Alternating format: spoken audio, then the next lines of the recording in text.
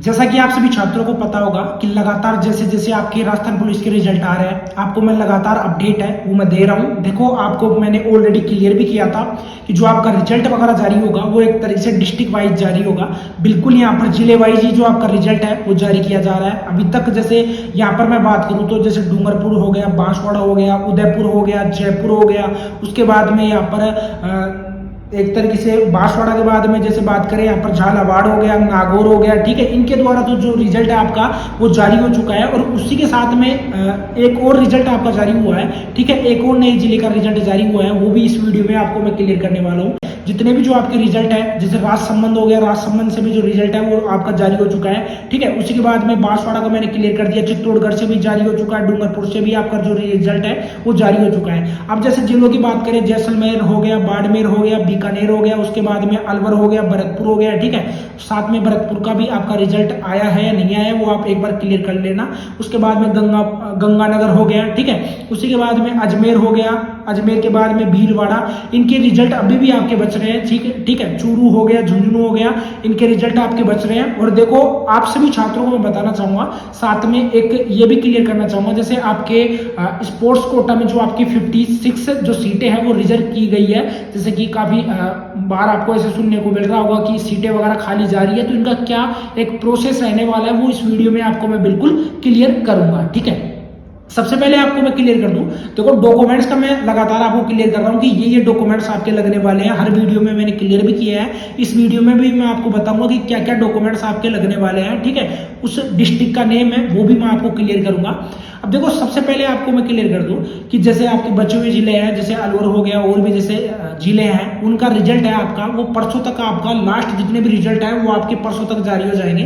कल में भी आपका हॉलीडे मतलब कि छुट्टी रह सकती है, इस वजह से कल आपके रिजल्ट आए या ना आए वो कंफर्म नहीं हो पाया है, ठीक है। बाकी मंडे तक आपके जितने भी जो रिजल्ट है वो एक साथ जारी हो जाएंगे। 14 या 15 तारीख से आपका जो मेडिकल है वो स्टार्ट हो जाएगा, ठीक है। उसी के बाद में यहाँ पर जैसे मान लीजिए आपकी जैसे 56 जो सीटें हैं वो रिजर्व की गई थी। अब जैसे मान लीजिए जैसे कोई जिला है, ठीक है, मान लीजिए कोई भी जिला है और किसी भी जिले में जैसे 100 सीटें निकलती है, ठीक है। स्पोर्ट्स कोटा की बात कर रहा हूँ, 100 सीटें निकलती है, 100 में से जैसे 2% यहाँ पर स्पोर्ट्स कोटा की रहती है, बाकी जैसे 100 सीटें आपकी एक तरीके से नॉर्मल सामान्य वर्ग की रहती है, ठीक है। अब उसमें क्या रहता है कि 2% के लिए अलग से एक तरीके से भर्ती निकलती है, अलग से उसका ट्रायल वगैरह होता है, ठीक है। अब उसमें क्या रहेगा, जैसे कि ये भर्ती है वो सेंट्रलाइज होती है, जैसे कि स्टेट गवर्नमेंट के द्वारा सेंट्रलाइज होता है और उसके बाद में अलग से उन स्टूडेंट्स का एक तरीके से सिलेक्शन किया जाता है। अब जैसे यहाँ पर कैटेगरी बांटी गई है आपकी, जैसे कि आपका मैंने आपको क्लियर भी किया था कि जैसे सामान्य वर्ग हो गया, अनुसूचित जाति हो गई, अनुसूचित जनजाति होगी, ठीक है। उसके बाद में अति पिछड़ा वर्ग हो गया और उसके बाद में आर्थिक रूप से एक तरीके से कमजोर वर्ग हो गया, यानी कि आपका जनरल हो गया, एसटी हो गया, एससी हो गया, उसके बाद में ओबीसी हो गया और उसके बाद में आर्थिक रूप से कमजोर वर्ग हो गया, यानी कि 6 यहाँ पर आपकी जो कैटेगरी है वो बांटी गई है। अब जैसे बात करें यहाँ पर 6 में जैसे 2% की बात करें, जैसे 2% यहाँ पर स्पोर्ट्स कोटा के लिए रहता है, ठीक है। तो यहाँ पर 2% की बात करें, अब देखो 2% में जरूरी नहीं है कि यहाँ पर सभी कैटेगरी में डिवाइडेड रहे, जैसे कि 2% स्टूडेंट जैसे कि जनरल कैटेगरी में आ जाए, जैसे 2% आपके एसटी में आ जाए, एससी में आ जाए, ठीक है। अब जैसे 2% को इक्वल कर मतलब कि मल्टीप्लाई करते हैं 6 से, तो यहाँ पर 12 हो जाते हैं, ठीक है। 12 के लिए जो आपकी रिव्यू लिस्ट है, ठीक है, वो मैं आपको क्लियर करूंगा।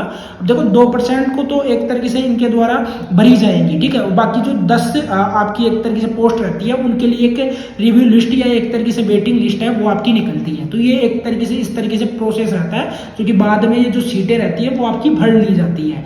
अब जो आपका रिजल्ट जारी हुआ है वो एक तरीके से नागौर के द्वारा, ठीक है, नागौर जिले का जारी हुआ है। इसमें मैं आपको क्लियर भी कर देता हूँ। देखो, इसका PDF मैंने टेलीग्राम पर डाल दिया है। आप में से काफी ऐसे स्टूडेंट हैं जिन्होंने टेलीग्राम को ज्वाइन नहीं किया है, तो आप तुरंत से जो टेलीग्राम है उसको ज्वाइन कर लेना, वहां पर पूरी अपडेट है। जैसे ही किसी भी जिले से जो रिजल्ट जारी होता है, आपकी फाइनल मेरिट लिस्ट जारी होती है, तो सबसे पहले मैं टेलीग्राम पर ही डालता हूं, तो टेलीग्राम का लिंक आपको डिस्क्रिप्शन बॉक्स में मिल जाएगा। और मैं देख रहा हूं काफी स्टूडेंट एक तरीके से वीडियोज को देख लेते हैं लेकिन चैनल को सब्सक्राइब नहीं करते हैं। अभी देखो मेरा गला बैठ रहा है जुकाम की वजह से, तो आपको वॉइस वगैरह क्लियर नहीं आ पा रही होगी, मुझे पता है, ठीक है। इस वजह से थोड़ा यहाँ पर गूंज भी है आवाज में, ठीक है। तो आप उस चीज को मैनेज करके चलना, ठीक है। अब नेक्स्ट यहाँ पर मैं क्लियर कर दूं, यहाँ पर टोटल नागौर में जैसे बात करें यहाँ पर 81 जो स्टूडेंट है वो सामान्य से यहाँ पर सेलेक्ट हुए हैं। अगर बात करें यहाँ पर चालक की यानी कि ड्राइवर की, यहाँ पर 8 स्टूडेंट, ठीक है, यानी कि 11 स्टूडेंट है वो सिलेक्ट हुए हैं। अब साथ में यहाँ पर आपके